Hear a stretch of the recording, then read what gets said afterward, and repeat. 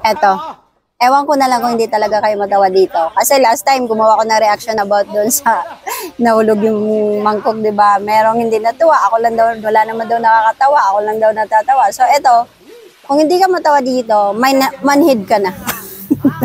Tingnan nyo. Yan.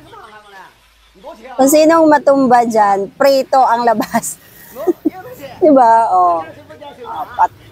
Lagot ka ngayon, natumba ka. Ikaw naman. Ayan. O, ikaw naman sunod.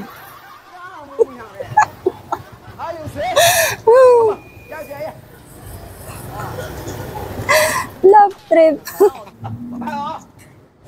Siya na.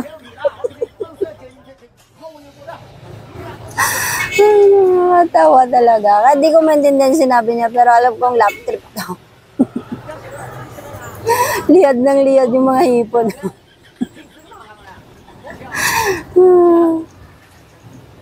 Yan. Share ko lang. Malay mo naman, matawa din kayo, di ba?